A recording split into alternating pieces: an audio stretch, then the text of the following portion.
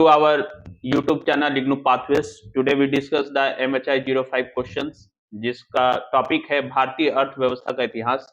तो इस संदर्भ में हम देखेंगे कि आज के टॉपिक में जो भारतीय अर्थव्यवस्था है प्राचीन समय की, मध्यकालीन समय की, तो उस समय की अर्थव्यवस्था में किस प्रकार के सिस्टम थे, वहां कैसे टैक्स जनरेट किया जाता था, वहां के राजा किस प्रकार के शासन करते थे और टैक्स जनरेट करने के लिए किन किन विधियों को अपनाया गया है, इससे संबंधित ही सारे टॉपिक में प्रश्न दिए गए हैं। जो पेपर 1 जो है MHI 05 जो है वह फर्स्ट ईयर के बच्चों के लिए काफी ज्यादा इंपॉर्टेंट है। तो इसका एग्जामिनेशन जो 20 जून को रखा गया है उससे संबंधित ये पेपर है। तो इसमें हम चर्चा करेंगे सारे इंपॉर्टेंट क्वेश्चंस के बारे में और कुछ शॉर्ट क्वेश्चंस के बारे में भी हम देखेंगे। आपको पहले ही बताया जा चुका है कि MHI 3 का पेपर जो अभी हाल ही 1-2 दिन पहले हुआ था उसके बहुत सारे प्रश्न जो है वह बच्चों को मिले हैं हमारे PDF से। तो उसके बारे में भी हम बहुत जल्द एक वीडियो अपलोड करेंगे जिससे यह पता चलेगा कि इग्नू पाथवेज जो सिर्फ कहता ही नहीं है करता भी है। तो MHI 3 के जो इंपॉर्टेंट क्वेश्चंस एग्जामिनेशन में 2 दिन पहले आए हैं उसके सारे क्वेश्चंस PDF के साथ प्रूफ बाय प्रूफ आपको बहुत जल्द देखने को मिलेगा। तो आइए इस कड़ी में हम MHI 05 के इंपॉर्टेंट क्वेश्चंस को देखते हैं। शुरुआत करते हैं पहले क्वेश्चन से। पहला क्वेश्चन है मध्यकालीन भारत में समुद्री व्यापार के इतिहास लेखन का मूल्यांकन करें। तो मध्यकालीन भारत में जो हमारा व्यापार होता था समुद्र मार्ग से, उससे संबंधित उत्तर इस प्रश्न में आपको लिखना है। इस प्रश्न में आप यह भी लिखेंगे कि समुद्री मार्ग से ही जो यूरोपियन कंपनी है वो मध्यकाल के अंत में धीरे धीरे भारत में आई, उसके बारे में भी इस प्रश्न में आप चर्चा कर सकते हैं। और जैसा कि आप जानते हैं कि हर वीडियो के बाद हम PDF उपलब्ध कराते हैं, तो इस पेपर के लिए भी PDF आपको उपलब्ध कराया जा चुका है। यह जो नंबर आपको दिख रहा है 8797079896, इस पर आप संपर्क करेंगे, व्हाट्सएप पे टेक्स्ट करेंगे तो आपको PDF उपलब्ध कराया जाएगा। 18वीं शताब्दी के उत्तरार्ध और 19वीं शताब्दी के पूर्वार्ध में भारतीय लघु उद्योगों में आए परिवर्तनों की चर्चा करिए। यानी 18वीं सदी का जब अंत हो रहा था और 19वीं सदी का प्रारंभ हो रहा था, तो किस प्रकार के चेंजेस भारत में आए हैं, उससे संबंधित प्रश्नों का उत्तर आपको इसमें लिखना है कि औद्योगिक क्रांति का क्या प्रभाव 18वीं सदी और 19वीं सदी में पड़ा, उससे संबंधित उत्तर ही आप प्रश्न संख्या 2 में लिखेंगे।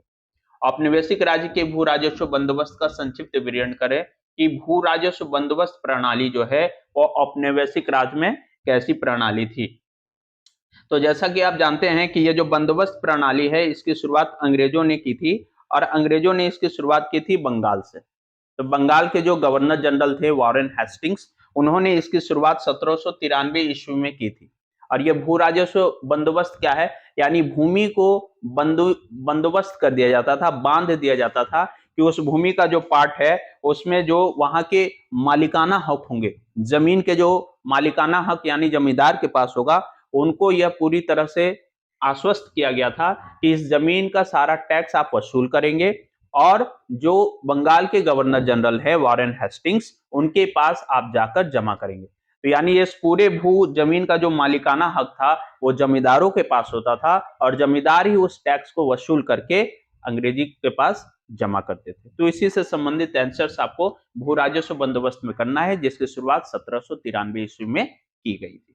अगला प्रश्न हम देखते हैं 1991 में आर्थिक सुधारों के परिणामों की चर्चा करिए। जैसा कि आप जानते हैं 1991 में बहुत सारे सुधार हुए हैं। आर्थिक सुधार के बारे में हम देखते हैं। इसमें क्या हुआ था कि उस वक्त हमारे देश में भारत के जो प्रधानमंत्री थे श्री नरसिम्हा राव जी, उन्होंने पूरे विश्व को एक समाज दिया कि भारत जो है वह विश्व के साथ व्यापार करना चाहता है, आर्थिक रूप से अपने व्यापार को बढ़ाना चाहता है। तो आप सुने होंगे LPG थ्योरी उस टाइम आई थी, लिबरलाइजेशन, प्राइवेटाइजेशन और ग्लोबलाइजेशन, यानी वैश्विक रूप से भारत तैयार हुआ था और उसमें यह बात की गई थी कि हम किस प्रकार से देश में अपने बाहरी लोगों के, बाहरी देशों के साथ अपने व्यापार को धीरे धीरे ही सही हम बढ़ा सकते हैं। तो आर्थिक विचार कैसे रहे, किस प्रकार से हम एक देश दूसरे देश से खुलकर व्यापार करने लगे, टैक्स की विधियां क्या थी, जो हमारा जो एक्सपोर्ट और इंपोर्ट जो हमारा जो टैक्स है उस पर भी बहुत सारा काम किया गया ताकि विश्व के ज्यादा से ज्यादा देश जो है हमारे साथ मिलकर काम कर सके। तो इसके लिए जो आर्थिक सुधार हुआ उसकी शुरुआत 1991 में हुई और हम पहले ही बता चुके हैं उस वक्त भारत के प्रधानमंत्री नरसिम्हा राव जी थे। आइए पांचवा क्वेश्चन हम देखते हैं, 18वीं शताब्दी में भारतीय व्यापार पर यूरोपीय हस्तक्षेप का क्या प्रभाव पड़ा। जैसा कि हम जानते हैं 18वीं शताब्दी के प्रारंभ से ही भारत में बहुत सारी यूरोपीय कंपनियां आने लगी, चाहे वो फ्रांस की कंपनी हो, चाहे वो अंग्रेज की कंपनी हो, चाहे वो स्वीडिश की कंपनी हो, चाहे वो स्पेन की कंपनी हो, बहुत सारी कंपनियां भारत में व्यापार करने के लिए आने लगी। तो 18वीं सदी में जब भारतीय व्यापार पर यूरोपीय हस्तक्षेप पड़ा तो यहाँ के राजा महाराजा जो है किस प्रकार से उसका स्वागत किए या किस प्रकार से उनकी नीतियों को उन्होंने खंडन किया, इसके बारे में इस प्रश्न में हम देखेंगे। ये सारे प्रश्न का उत्तर आपको पीडीएफ में उपलब्ध कराया जाएगा, इसलिए आपको घबराने की कोई आवश्यकता नहीं।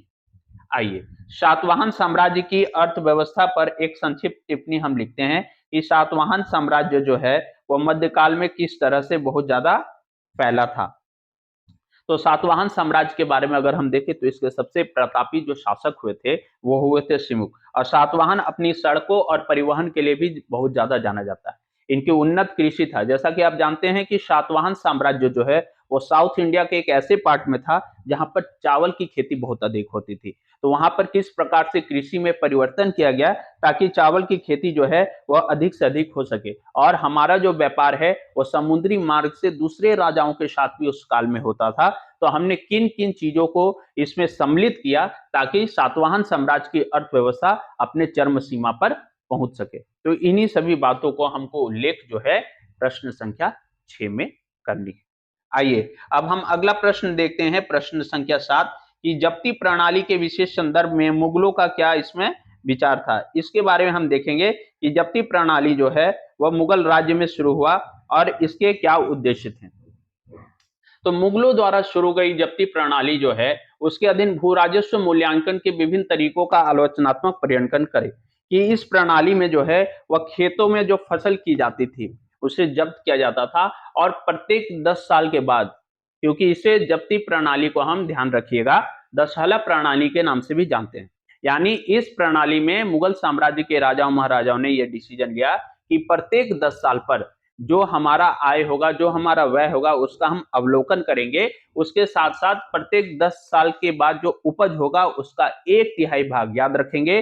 प्रत्येक 10 साल के बाद जितना भी उपज होगा उसका 1/3 भाग हर लोगों को टैक्स के रूप में राजा के पास जमा करना होगा। यही इस प्रणाली की सबसे खास बात थी जब्ती प्रणाली की, और इसमें किसान जो है वो लंबे समय तक के लिए आश्वस्त रहते थे कि काफी लंबे ड्यूरेशन के बाद ही हमें टैक्स देना है, जो राजा सीधे कलेक्ट करता था जमींदारों के माध्यम से।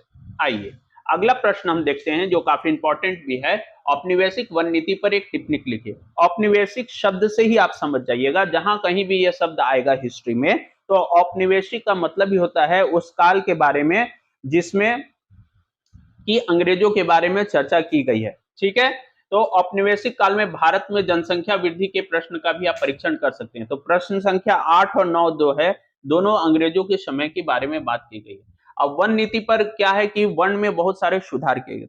जैसे ही अंग्रेजों ने वन आधारित संरचना बनाई तो उन्होंने सबसे पहले क्या किया कि सभी प्रकार के वन को 3 भागों में डिवाइड कर दिया, ताकि कुछ ऐसे वन रखे उन्होंने जिसको संरक्षित वन बोलते हैं, रिजर्व फॉरेस्ट, उस पर कोई जा नहीं सकता था।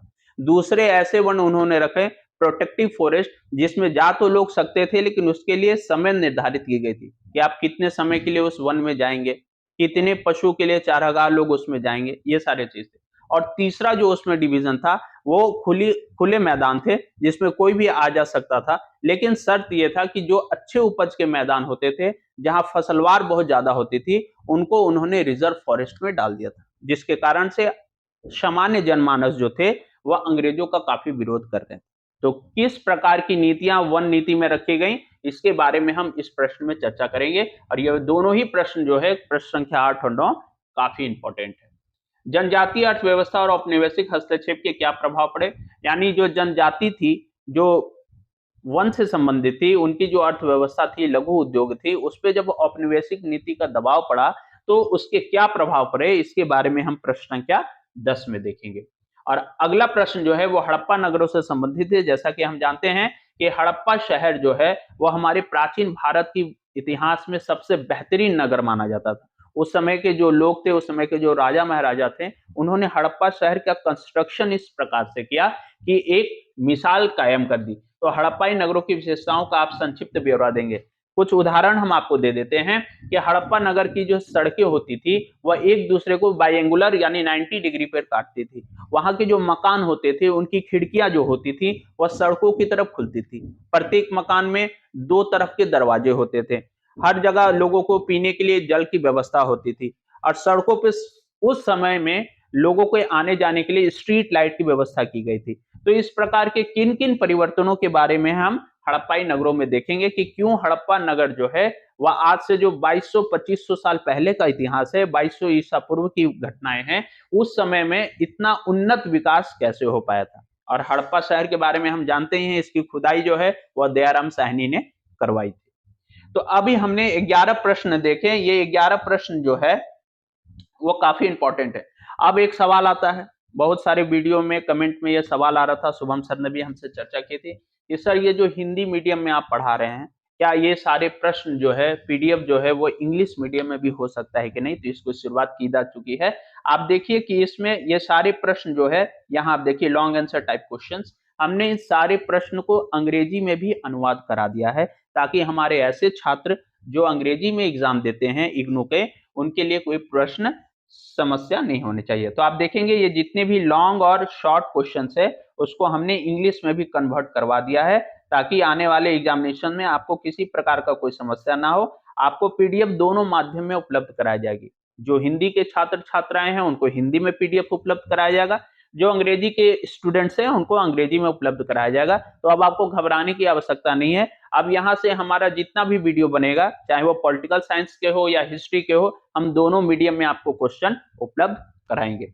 आइए अब हम शॉर्ट क्वेश्चंस के बारे में देखते हैं। जो प्रश्न 10 नंबर का अक्सर पूछा जाता है, तो इसमें फेरी वाला व्यापार क्या है? फेरी वाले शब्द से ही आप समझ रहे होंगे, यानी जो फेरी करते हैं, रेहड़ी पे जो सामान बेचते हैं, उसके बारे में ये व्यापार किया जा रहा है।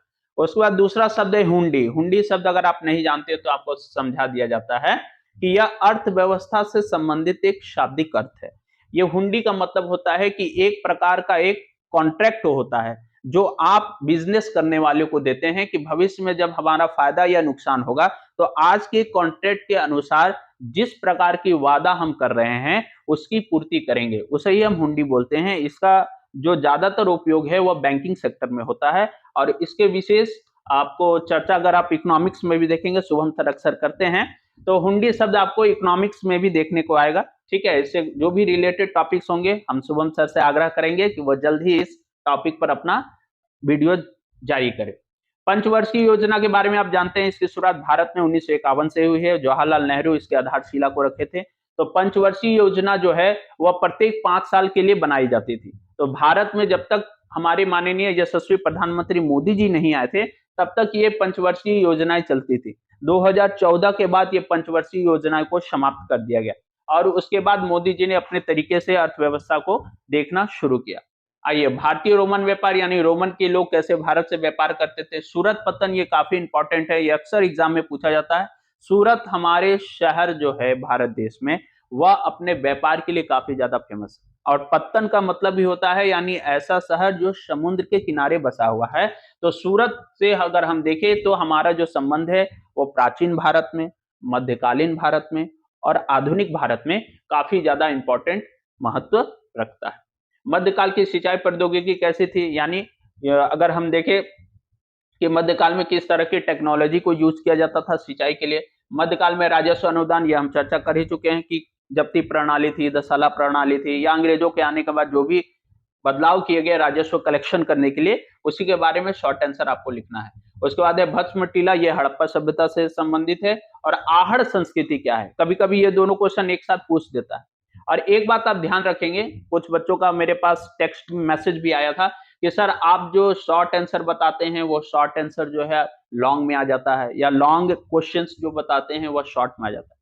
तो आप लोगों से हम बार बार कह रहे हैं कि जो शॉर्ट क्वेश्चंस है उसको आप डिटेल्स में पढ़िए, यानी आप उसे सिर्फ 10 अंक प्राप्त करने के लिए ना पढ़े। अगर कभी कभी ऐसा होता है कि शॉर्ट क्वेश्चंस लॉन्ग में आ जाते हैं, तो उसके लिए अगर आप इसको डिटेल से सारे टॉपिक्स को पढ़ेंगे तो आप आसानी से प्रश्न को लिख सकते हैं। अभी MHI 3 के जो इंपॉर्टेंट क्वेश्चन पे PDF हम यहाँ दिखाएंगे आपको प्रूफ के साथ, उसमें 3 क्वेश्चन जो है वो शॉर्ट से लॉन्ग में आए हैं। तो बहुत सारे बच्चों ने कहा कि सर शॉर्ट क्वेश्चन लॉन्ग में आ गया, अब हम क्या करें? तो इसीलिए आपसे कहा जा रहा है बार बार कि शॉर्ट या लॉन्ग हो, आप टॉपिक को देखिए और उस टॉपिक को डिटेल्स में पढ़िए। इसलिए हम जो पीडीएफ उपलब्ध कराते हैं उसमें सारे टॉपिक्स को डिटेल्स में दिया जाता है, ताकि वह प्रश्न 20 अंक का हो या 10 अंक का हो, हमारे स्टूडेंट्स को एग्जामिनेशन में कोई समस्या नहीं होनी चाहिए। तो इस प्रकार से हम आज इस वीडियो को देखे हैं कि इग्नू पाथवेज के MHI 05 भारतीय अर्थव्यवस्था के इतिहास को हम देख चुके हैं।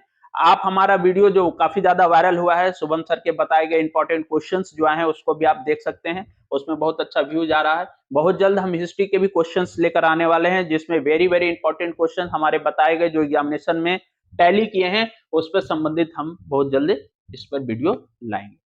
आपको वीडियो देखने के लिए बहुत बहुत स्वागत है। हमारे चैनल से जुड़े रहें, लाइक करें, सब्सक्राइब करें, शेयर करें। धन्यवाद।